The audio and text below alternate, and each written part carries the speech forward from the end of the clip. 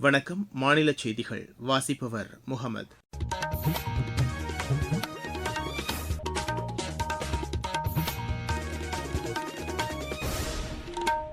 தலைப்புச் செய்திகள். போர்க்களம் மட்டுமின்றி பேரிடர் காலங்களில் மக்களுக்கு உதவிகளை வழங்குவதிலும் பாதுகாப்பு படையினரின் சேவை மனப்பான்மை போற்றத்தக்கது என்று அத்துறைக்கான அமைச்சர் திரு ராஜ்நாத் சிங் தெரிவித்துள்ளார். தமிழக சட்டப்பேரவைத் தேர்தலில் பதிவான வாக்குகளை எண்ணுவதற்கான அனைத்து ஏற்பாடுகளும் தயார் நிலையில் உள்ளதாக தேர்தல் ஆணையம் தெரிவித்துள்ளது. வாக்கு எண்ணிக்கை சுமூகமாகவும் வெளிப்படையாகவும் நடைபெறுவதை உறுதி செய்யும் வகையில் நடவடிக்கைகள் மேற்கொள்ளப்பட்டுள்ளதாக மாநில தலைமை தேர்தல் அதிகாரி திருமதி அர்ச்சனா பட்நாயக் தெரிவித்துள்ளார். தமிழகத்தில் அடுத்த 2 நாட்களுக்கு ஒரு சில இடங்களில் மிதமான மழைக்கு வாய்ப்புள்ளதாக சென்னை வானிலை ஆய்வு மையம் தெரிவித்துள்ளது. IPL கிரிக்கெட் போட்டியில் சென்னை அணி 8 விக்கெட் வித்தியாசத்தில் மும்பை அணியை வென்றது. இனி விரிவான செய்திகள். போர்க்களத்தில் மட்டுமின்றி பேரிடர் காலங்களில் மக்களுக்கு உதவிகளை வழங்குவதிலும் ஆயுதப்படையினரின் சேவை மனப்பான்மை போற்றத்தக்கது என்று பாதுகாப்புத்துறை அமைச்சர் திரு ராஜ்நாத் சிங் தெரிவித்துள்ளார். ஆபரேஷன் சிந்தூர் நடவடிக்கை மேற்கொள்ளப்பட்டு ஓராண்டு நிறைவடைந்ததையொட்டி புதுதில்லியில் ஏற்பாடு செய்யப்பட்டிருந்த நிகழ்ச்சியில் கலந்து கொண்டு அவர் பேசினார். இந்த நடவடிக்கை ராணுவ வீரர்களின் ஒப்பிட முடியாத துணிச்சலை எடுத்துக் காட்டுவதாக உள்ளது என்று அவர் குறிப்பிட்டார். பாதுகாப்பு படையினரின் அர்ப்பணிப்பு மிக்க சேவை மற்றும் நாட்டுப்பற்று ஆகியவை தேசமே முதன்மையானது என்ற கொள்கைக்கு உதாரணமாக திகழ்கிறது என்றும் திரு ராஜ்நாத் சிங் கூறினார். தமிழக சட்டப்பேரவைத் தேர்தலில் பதிவான வாக்குகள் எண்ணும் பணிக்கான அனைத்து ஏற்பாடுகளும் தயார் நிலையில் உள்ளதாக மாநில தலைமை தேர்தல் அதிகாரி திருமதி அர்ச்சனா பட்நாயக் தெரிவித்துள்ளார்.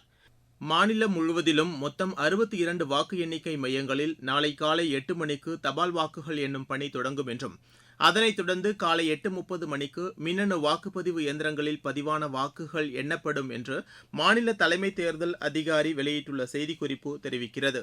வாக்கு எண்ணும் பணிகள் தேர்தல் நடத்தும் அலுவலர்கள் மற்றும் உதவி அலுவலர்கள் உதவியுடன் மேற்கொள்ளப்படும் என்று அதில் தெரிவிக்கப்பட்டுள்ளது. வாக்கு எண்ணும் பணிக்காக மொத்தம் 10,545 பணியாளர்கள் ஈடுபடுத்தப்பட உள்ளனர். வாக்கு எண்ணிக்கை வெளிப்படையாகவும் நேர்மையாகவும் நடைபெறுவதை உறுதி செய்யும் வகையில் 4,624 நுண்பார்வையாளர்கள் நியமிக்கப்பட்டுள்ளனர். வாக்கு எண்ணிக்கையை மேற்பார்வையிடுவதற்காக ஒவ்வொரு சட்டப்பேரவை தொகுதிக்கும் தலா ஒருவர் என 234 பார்வையாளர்களை தேர்தல் ஆணையம் நியமித்துள்ளது. வாக்கு எண்ணிக்கை எவ்வித இடையூறுமின்றி நேர்மையாக நடைபெறுவதை உறுதி செய்யும் வகையில் அனைத்து மையங்களிலும் 3 அடுக்கு பாதுகாப்பு ஏற்பாடுகள் செய்யப்பட்டுள்ளன. வாக்கு எண்ணும் மையங்களில் அங்கீகரிக்கப்பட்ட நபர்களுக்கு மட்டுமே அனுமதி அளிக்கப்படும் என்று தெரிவிக்கப்பட்டுள்ளது. அவர்களது அடையாள சான்றுகளை சரிபார்க்கவும் முறையான உடல் பரிசோதனை செய்வதற்கும் நுழைவு வாயில்களில் போதிய காவல்துறையினர் பணியில் ஈடுபடுத்தப்பட உள்ளனர். பாதுகாப்பு பணிகளில் மாநில ஆயுதப்படையினரும் ஈடுபடுத்தப்பட உள்ளனர். வாக்கு எண்ணும் மையங்களில் அலைபேசி மற்றும் பிற தகவல் தொடர்பு சாதனங்களை பயன்படுத்துவதற்காக ஒதுக்கப்பட்ட இடங்களில் மட்டுமே அனுமதி வழங்கப்படும் என்று தெரிவிக்கப்பட்டுள்ளது. பாதுகாப்பை வலுப்படுத்தும் வகையில் கூடுதலாக மத்திய ஆயுத காவல்படையின் 65 கம்பெனிகள் பணியமர்த்தப்பட்டுள்ளனர். ECI நெட் செயலி வாயிலாக QR குறியீட்டுடன் கூடிய புகைப்பட அடையாள அட்டை வைத்துள்ள நபர்களுக்கு மட்டுமே வாக்கு எண்ணிக்கை மையங்களில் அனுமதி அளிக்கப்படும் என்ற நடைமுறை முதல் முறையாக அறிமுகப்படுத்தப்பட்டுள்ளது.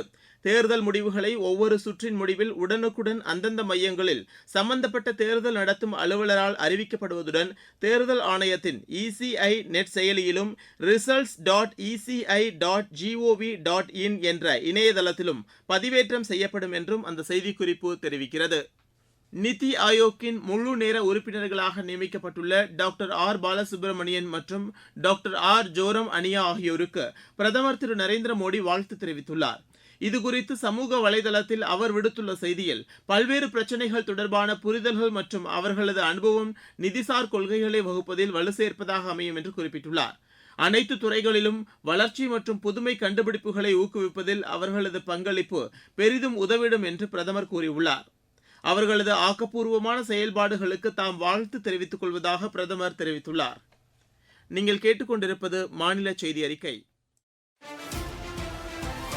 மக்கள் தீர்ப்பு.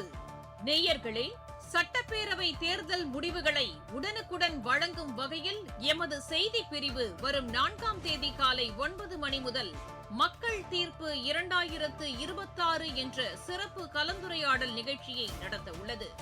பத்திரிகையாளர்கள், அரசியல் கட்சிகளின் பிரதிநிதிகள் பங்கேற்று தேர்தல் முடிவுகள் குறித்தும் மாவட்டம் வாரியாக தொகுதிகளின் முன்னணி நிலவரம் குறித்தும் எமது செய்தியாளர்களுடன் விவாதிக்க உள்ளனர்.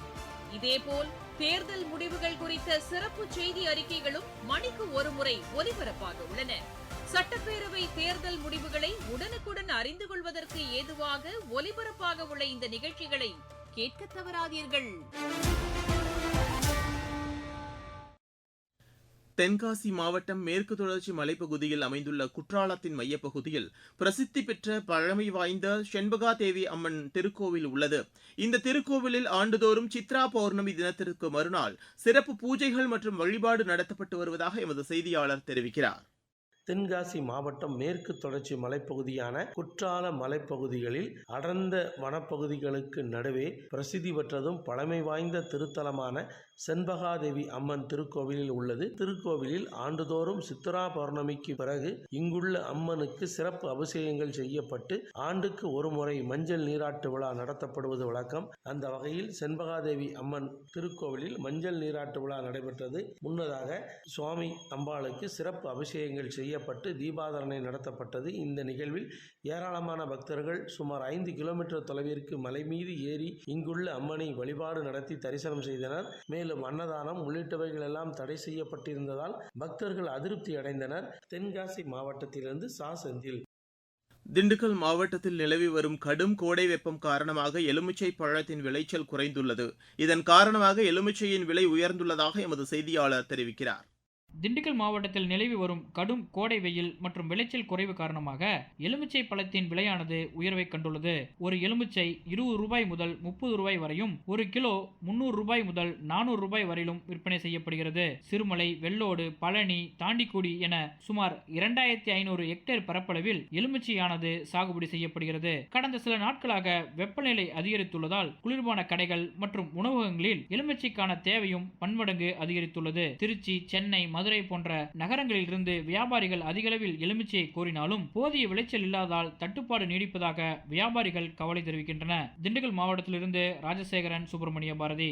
வளிமண்டல காற்றழுத்த தாழ்வு நிலை காரணமாக தமிழகத்தில் அடுத்த 2 நாட்களுக்கு ஒரு சில இடங்களில் இடி மின்னலுடன் கூடிய மிதமான மழைக்கு வாய்ப்புள்ளது என்று சென்னை வானிலை ஆய்வு மையம் தெரிவித்துள்ளது. நீலகிரி, கோவை, திருப்பூர், தேனி, திண்டுக்கல், ஈரோடு, சேலம், நாமக்கல் ஆகிய 8 மாவட்டங்களில் ஓரிரு இடங்களில் பலத்த காற்றுடன் கூடிய கனமழை பெய்யக்கூடும் என்று அந்த மையம் கூறியுள்ளது. சென்னையை பொறுத்தவரை வானம் ஓரளவு மேகமூட்டத்துடன் காணப்படும் என்றும் அதிகபட்ச வெப்பநிலை 39 டிகிரி செல்சியஸ் முதல் 40 டிகிரி செல்சியஸாக இருக்கும் என்று வானிலை மையம் தெரிவித்துள்ளது. இருவரிச் செய்திகள். குறைந்த கட்டணத்துடன் கூடிய விமான சேவை தொடங்கப்பட்டுள்ளதாக அமெரிக்காவின் ஸ்பிரிட் விமான நிறுவனம் அறிவித்துள்ளது. ஜெர்மனியில் உள்ள பெருமளவிலான அமெரிக்க படைகள் விலக்கிக் கொள்ளப்படும் என்று அமெரிக்க அதிபர் திரு டொனால்டு டிரம்ப் தெரிவித்துள்ளார்.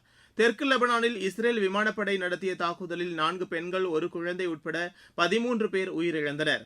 ரிசர்வ் வங்கியின் துணை ஆளுநராக திரு ரோஹித் ஜெயின் நியமிக்கப்பட்டுள்ளார். திரிபுரா தலைநகர் அகர்தலாவில் அம்மாநில முதலமைச்சர் டாக்டர் மாணிக் சாஹா தலைமையில் நகர்ப்புற மேம்பாடு மற்றும் நகர்ப்புற உள்ளாட்சி அமைப்புகளின் ஆய்வுக் கூட்டம் நேற்று நடைபெற்றது. தேர்தல்களின் போது பல்வேறு இடங்களில் சுவரொட்டிகள் மற்றும் பேனர்களை சட்டவிரோதமாக அமைப்பவர்கள் மீது கடும் நடவடிக்கை எடுக்கப்படும் என்று ஹரியானா மாநில தேர்தல் ஆணையம் தெரிவித்துள்ளது. வாக்கு எண்ணிக்கையின் போது பாதுகாப்பை உறுதி செய்யும் வகையில் திருப்பத்தூர், தருமபுரி, ஈரோடு மாவட்டங்களில் காவல்துறையினர் சார்பில் கொடி அணிவகுப்பு நடத்தப்பட்டது. அரியலூர் மாவட்டம் மலத்தான்குளம் கிராமத்தைச் சேர்ந்த ஒருவர் மின்னல் தாக்கி உயிரிழந்தார். திருவண்ணாமலையில் உள்ள கிரிவலப்பாதையில் உணவுக்காக வனப்பகுதியில் இருந்து வரும் மான், மயில் போன்ற வன விலங்குகளுக்கு பக்தர்கள் உணவளித்து வருகின்றனர். தூத்துக்குடி மாவட்டம் கோவில்பட்டி புனித சூசையப்பர் ஆலய திருவிழாவில் மத நல்லிணக்கத்தை வலியுறுத்தி புனித தேர் பவனி நடைபெற்றது. தேனி மாவட்டம் கம்பம் அருகே வயல்வெளியில் மேய்ச்சலுக்காக சென்ற 2 மாடுகள் மின்சாரம் தாக்கி உயிரிழந்தன. விளையாட்டுச் செய்தி. IPL கிரிக்கெட் போட்டியில் சென்னை அணி 8 விக்கெட் வித்தியாசத்தில் மும்பை அணியை வென்றது. சென்னையில் நேற்றிரவு நடைபெற்ற இப்போட்டியில் முதலில் ஆடிய மும்பை அணி நிர்ணயிக்கப்பட்ட 20 ஓவரில் 7 விக்கெட் இழப்புக்கு 159 ரன் எடுத்தது. இதனையடுத்து 160 எடுத்தால் வெற்றி என்ற இலக்குடன் களமிறங்கிய சென்னை அணி 18.1 ஓவரில் 2 விக்கெட் இழப்புக்கு 160 ரன் எடுத்தது. இன்று நடைபெறும் போட்டியில் ஹைதராபாத் அணி கொல்கத்தா அணியை எதிர்கொள்கிறது. மற்றொரு போட்டியில் குஜராத் அணி பஞ்சாப் அணியை எதிர்கொள்ள உள்ளது. மீண்டும் தலைப்புச் செய்திகள். போர்க்களம் மட்டுமின்றி பேரிடர் காலங்களில் மக்களுக்கு உதவிகளை வழங்குவதிலும் பாதுகாப்பு படையினரின் சேவை மனப்பான்மை போற்றத்தக்கது என்று அத்துறைக்கான அமைச்சர் திரு ராஜ்நாத் சிங் தெரிவித்துள்ளார். தமிழக சட்டப்பேரவைத் தேர்தலில் பதிவான வாக்குகளை எண்ணுவதற்கான அனைத்து ஏற்பாடுகளும் தயார் நிலையில் உள்ளதாக தேர்தல் ஆணையம் தெரிவித்துள்ளது. வாக்கு எண்ணிக்கை சுமூகமாகவும் வெளிப்படையாகவும் நடைபெறுவதை உறுதி செய்யும் வகையில் நடவடிக்கைகள் மேற்கொள்ளப்பட்டுள்ளதாக மாநில தலைமை தேர்தல் அதிகாரி திருமதி அர்ச்சனா பட்நாயக் தெரிவித்துள்ளார். தமிழகத்தில் அடுத்த 2 நாட்களுக்கு ஒரு சில இடங்களில் மிதமான மழைக்கு வாய்ப்புள்ளதாக சென்னை வானிலை ஆய்வு மையம் தெரிவித்துள்ளது. IPL கிரிக்கெட் போட்டியில் சென்னை அணி 8 விக்கெட் வித்தியாசத்தில் மும்பை அணியை வென்றது. இத்துடன் செய்தி அறிக்கை நிறைவு பெறுகிறது.